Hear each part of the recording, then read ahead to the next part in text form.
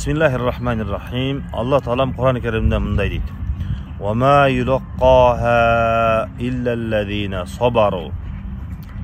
Danışmandoluktu, bu dünyanın жақшылықтарını bir gana sabır kılganlar ошол нерсеге жетишет дейт. Ошондуктан урматтуу бир туугандар, досторуңуз, үй бүлөңүз, жаныңыздагы адамдар сиздин ишеничиңизди, ыйманыңызды, уяттуулугуңузду алсыздатканга же болбосо ушул жүрөгүңүздөгү сиз ишенген, сиз таянган ыймандуулукту, инсаптуулукту, уяттуулукту бир аз алсыздатабыз деп аракет кылышкан болсо, ошол нерсеге сабыр кылып бекем болуңуз. Алла Таалам бул аятта ошондой данышмандыкка, ийгиликке жете тургандар булар сабыр кылуучулар гана жетет деп айткан.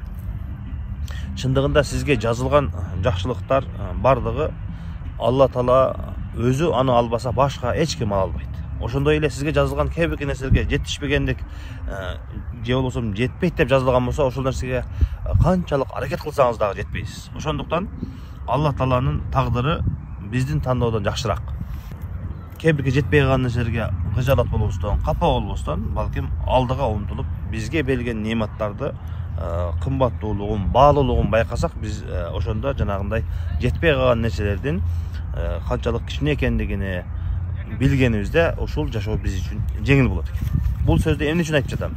Эмнеге дегенде көптөгөн ага инилерибиз ушундай кыйынчылыктан, үй бүлөлүк маселелерден мен чыдабай калдым. Кээ бир аялдар баланы тарбия бергенден, күйөөсүнүн жамандыгынан чарчадым, жашагым келбей калды деген сөздөрдү айтып калышат да. Ошондуктан ушул аятты айттым сиздерге.